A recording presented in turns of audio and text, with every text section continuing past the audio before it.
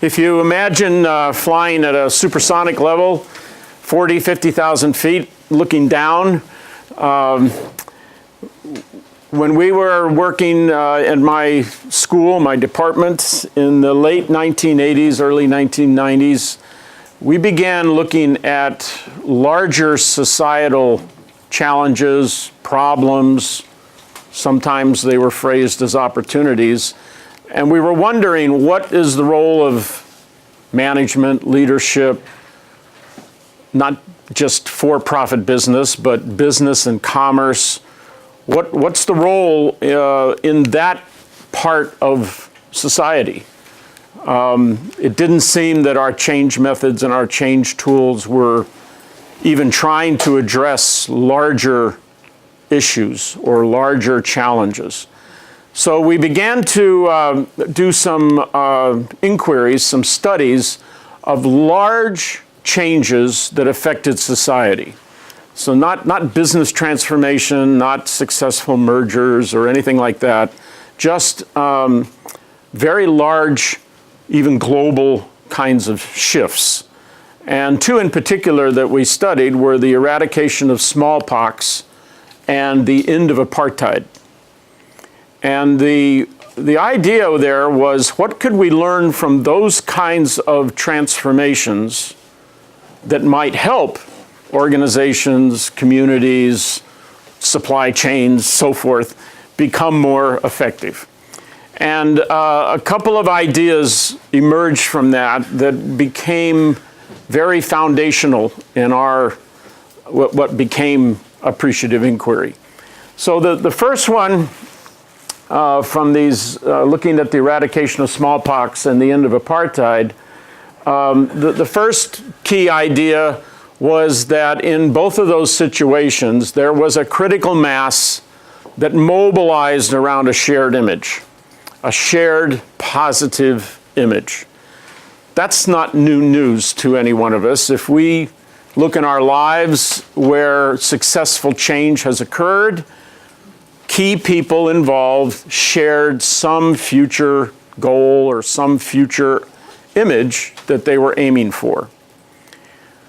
What was extraordinary in both of those instances was that the images were actually, you could trace them back to paired relationships. So you have this gigantic shift, the end of apartheid, and the discovery after the fact that Nelson Mandela and de Klerk had carried on a 14-year relationship through handwritten letters. Most of that time while Mandela was imprisoned by de Klerk. And in these letters, they debated and disagreed about causes. They debated and disagreed about means to an end. They both kept reinforcing each other's dream of a future South Africa. They aligned around a future vision. Today, the publication of those letters changes the narrative a little bit about what caused the change. The dominant narrative is that the leaders in South Africa wanted to stop the sanctions that were being put on them by the rest of the world.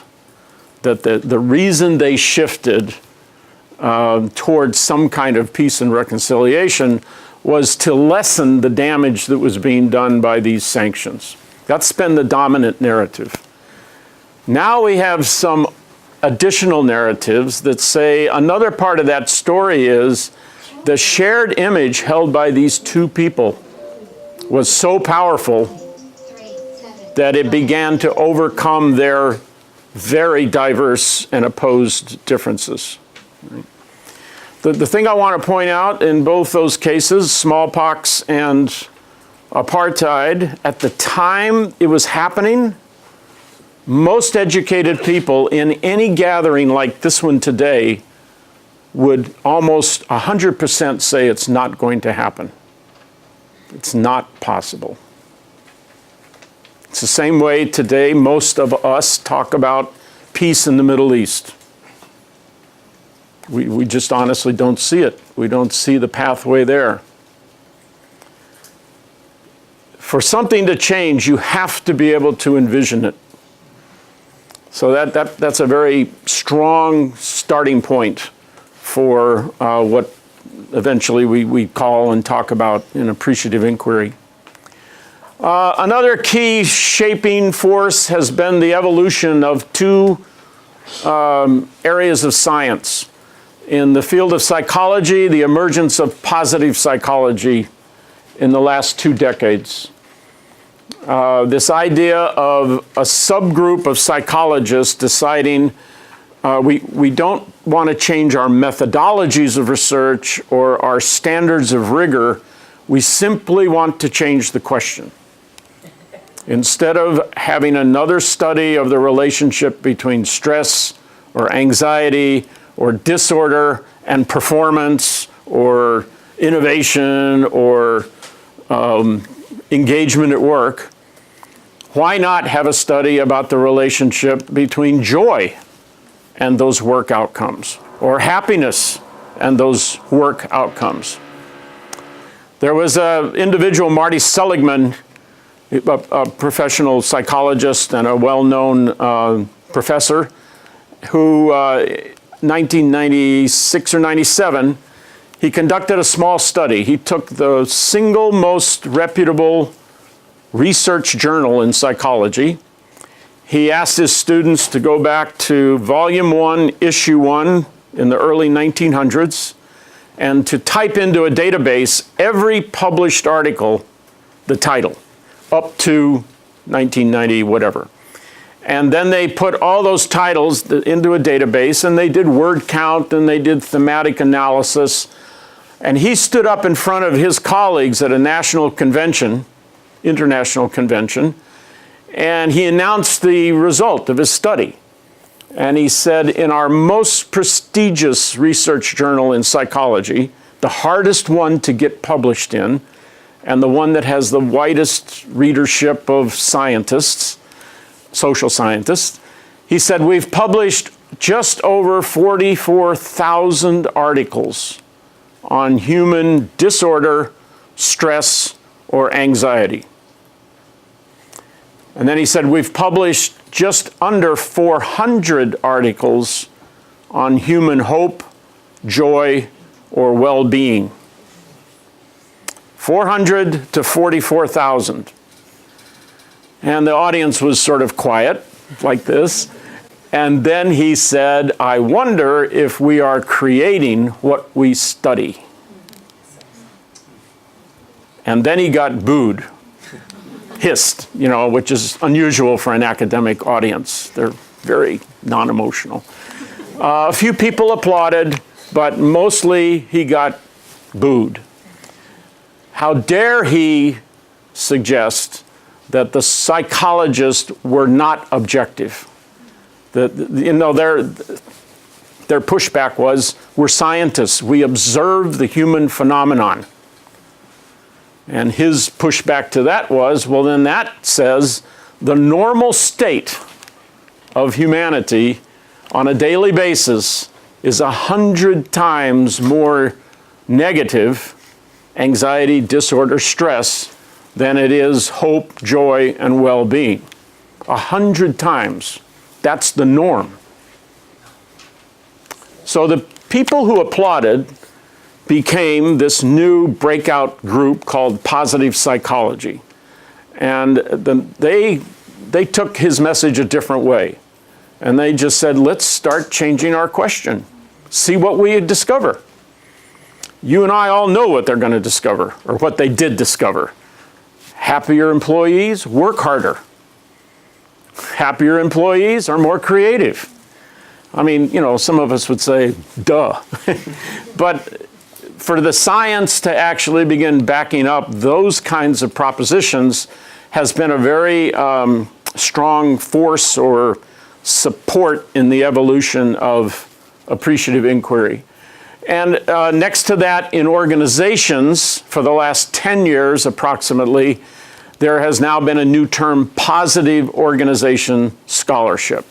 And that, again, simply means looking into intentionally positive questions. When an organization happens to be really, truly excellent. Why? What's happening? What's going on? Again, most of the theories that we use and we teach in business and management and leadership are built on studies of what goes wrong, what didn't work. So in both these areas, organization, science, and psychology, we see this shift of questioning and a whole new area of science that's beginning to support what you're going to hear along the way in these 2 days.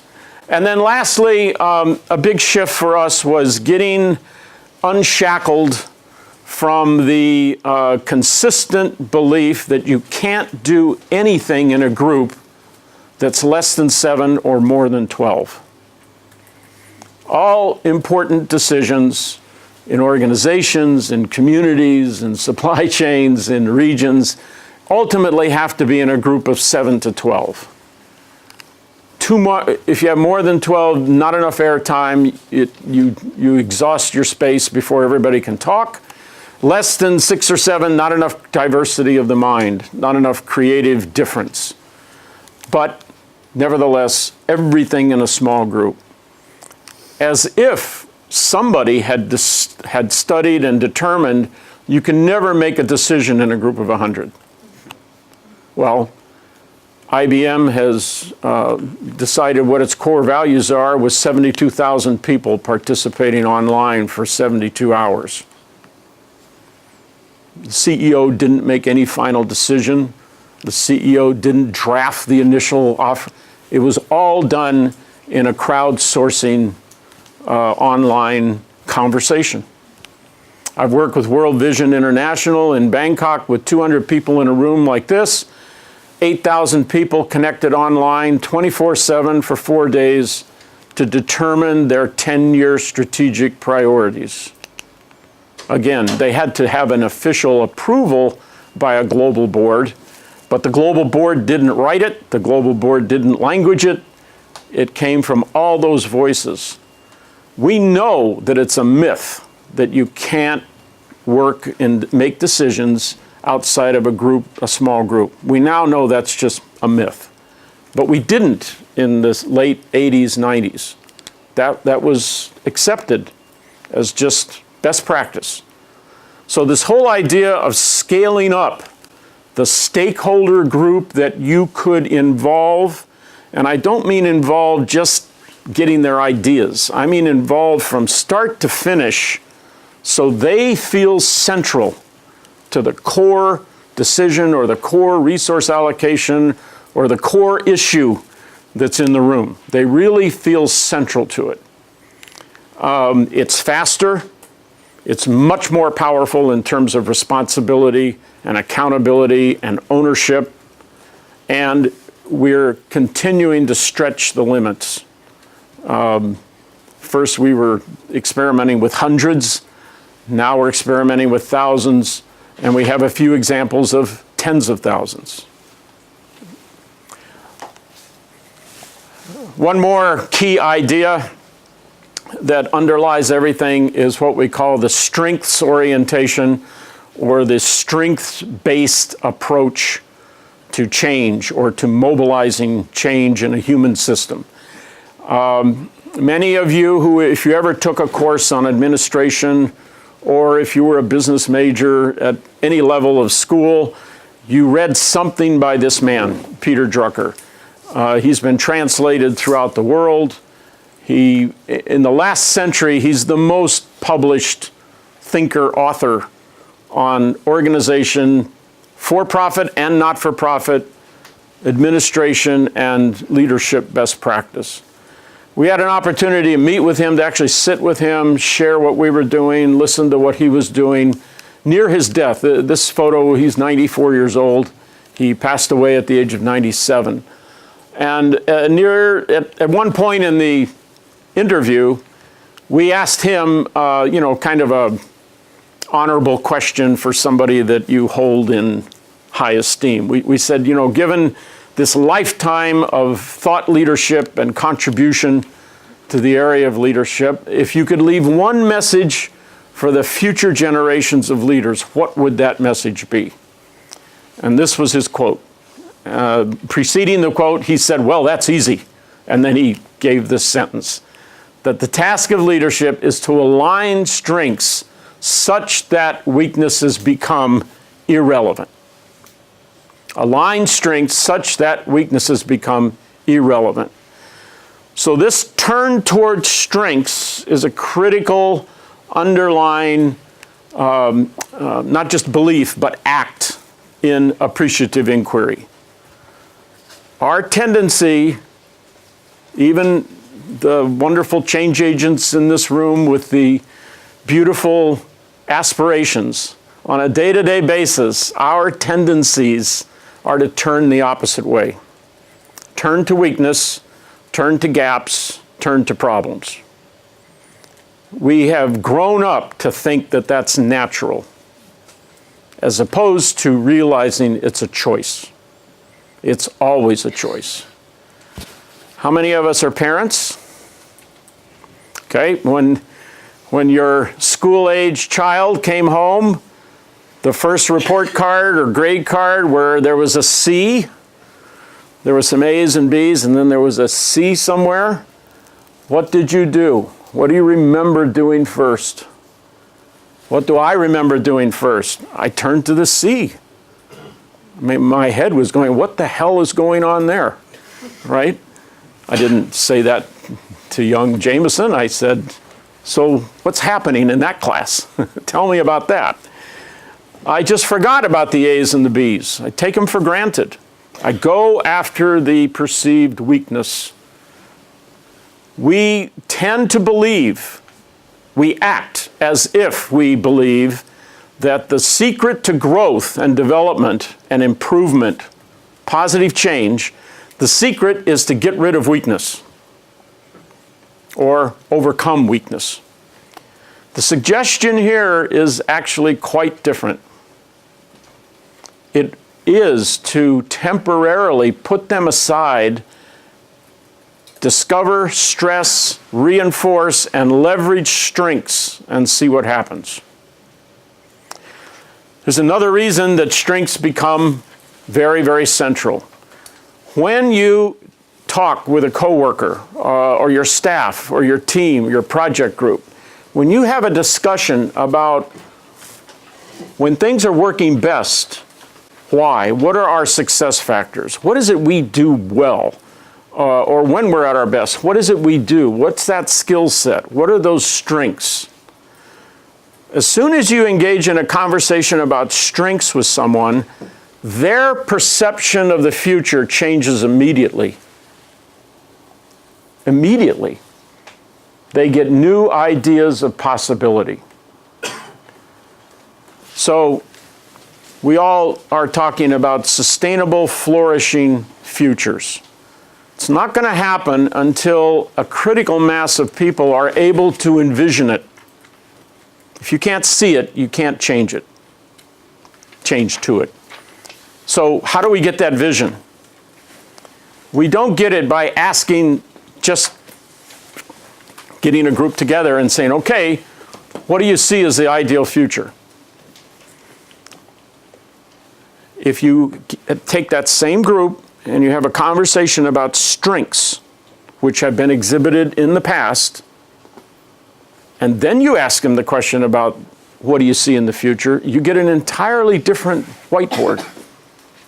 More options, more possibilities, and bigger, bolder possibilities. We've studied this in MBA courses where we split classes up and we give them an assignment. They read a case and then they're to do a future map, strengths, a SWOT analysis. Strengths, weaknesses, opportunities, and threats.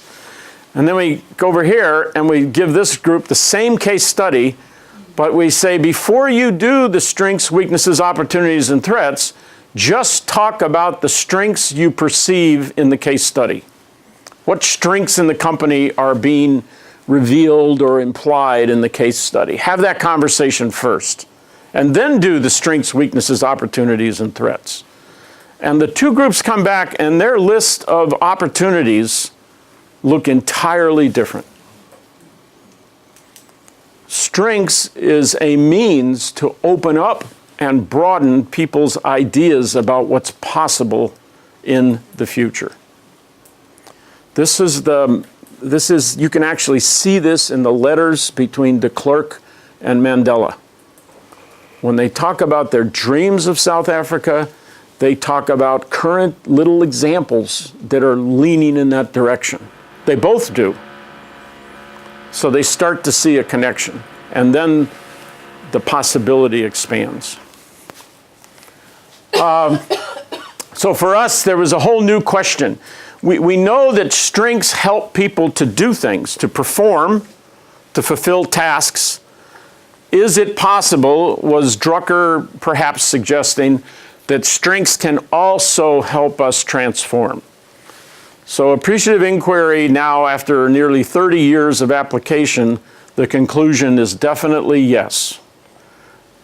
An intentional turn toward strengths, discovering, analyzing them as the starting point to then imagine future possibilities, to then attract people to co-create ways of getting there, is possible, it's faster, it creates better buy-in and better commitment, and you can do it with larger and larger numbers of people.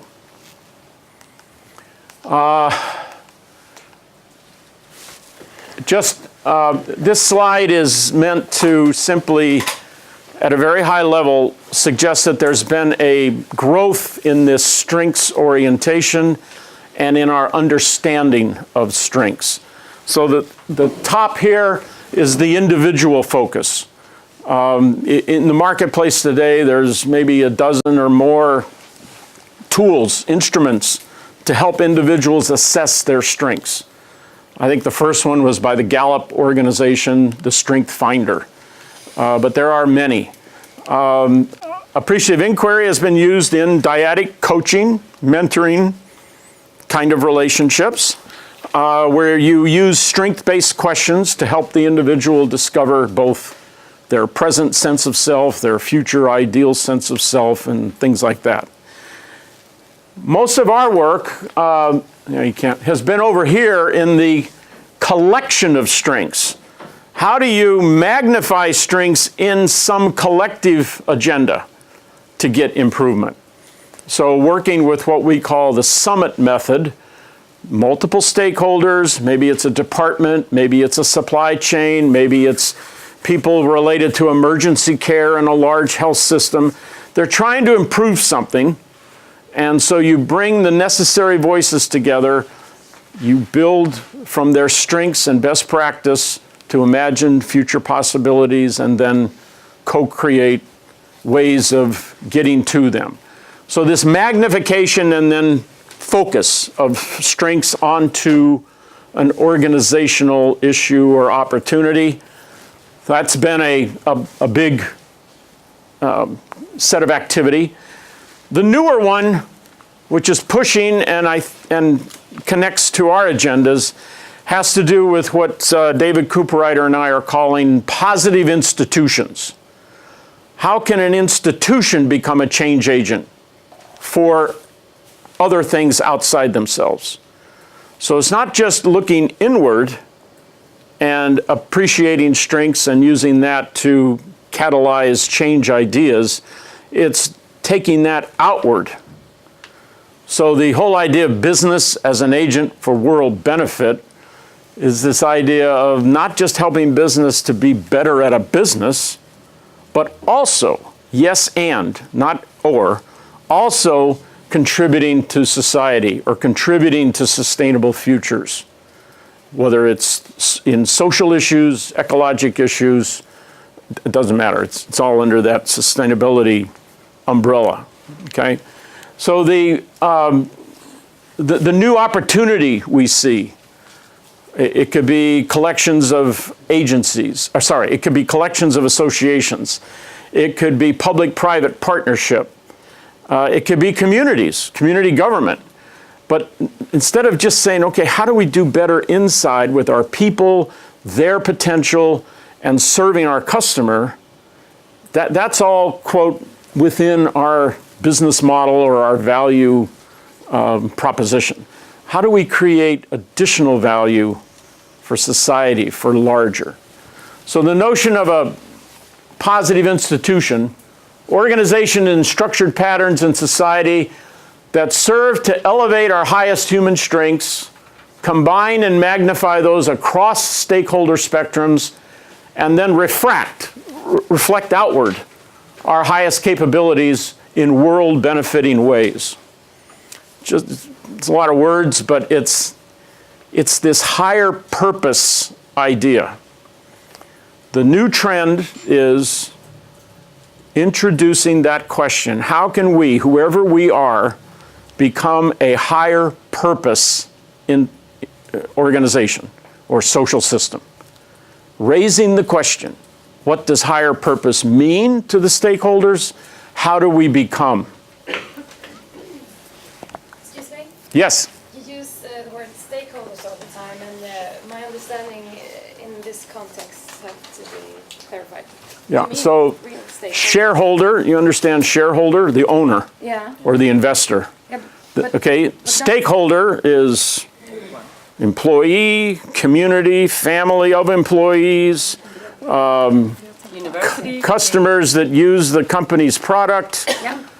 and the shareholders or the investors. Yes. So stakeholder is a much more broad concept of all the voices or entities that are affected by and impact the organization. Now I gave you a business example. University, okay, obviously students are stakeholders, teachers and staff are stakeholders, families of the students are stakeholders, but what about the community, the labor pool that's being generated by the university? What about society? Are we teaching, my school of management, are we teaching young people who are going to go into, we hope, leadership positions, and are we teaching them anything about sustainability so that they're responsible for that? They don't just be responsible for their job, that kind of idea. Does that make sense? Yeah. Okay. So all of this leads to a definition, and then we get back to your conversations. What is appreciative inquiry? It begins always with a collaborative and rigorous search to identify the existing strengths in the social system, the human system. The strengths can be technical, so it's the strengths in the human system. Okay? It never starts with the dream or the future image or what do we want to change.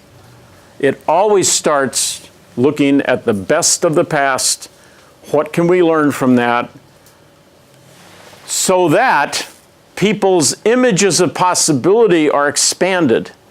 And then you ask people, what are those possibilities? What do they dream? But the dream is always after the turn toward, when have we been at our best? What's given life to moments when we've been our best?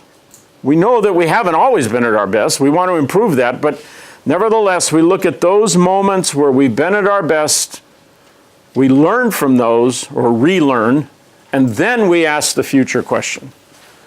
And we do 1 and 2 to set up a collaborative space where the people who did 1 together and did 2 together, now they want to work together to co-create something. They are motivated intrinsically. They're not delegated by their management. They're not told by a leader. They're intrinsically energized to co-create something together. And then that group of stakeholders who have chosen on their own to commit to an idea that they helped create, built from a platform of strengths that included their stories, now they're ready to own the implementation. So what we see coming out of appreciative inquiry activities are newly formed self-managing stakeholder teams, which can include all ranges of hierarchy inside of a company, all ranges of different constituents or groups, this way, both. They're just mixed, but they're emergent. They're not prescribed by some leader figure. So that's what, and for me anyway, is the essence of appreciative inquiry, right? There's two basic questions that underlie this. Practically, two basic questions. So inquiry means questioning. Inquiry means searching, seeking understanding. So questions become really, really key. So the first question, always first, is what has already allowed, helped, or enabled something to happen? And then the second question is the more typical one. How do we want to change it, make it better, improve it? You know, how do we make it better? You and I ask this question every day in our life dozens of times. I mean, it's mechanical in us. We've learned and been raised. We always ask this improvement or change question. The difference in appreciative inquiry is asking this question first, which is not, it doesn't feel normal. It actually is intrinsically natural within us. We know this now from neuroscience, but it doesn't feel that way because we just haven't practiced it much. So when you recognize some problem, you know, we have landfill problems, right?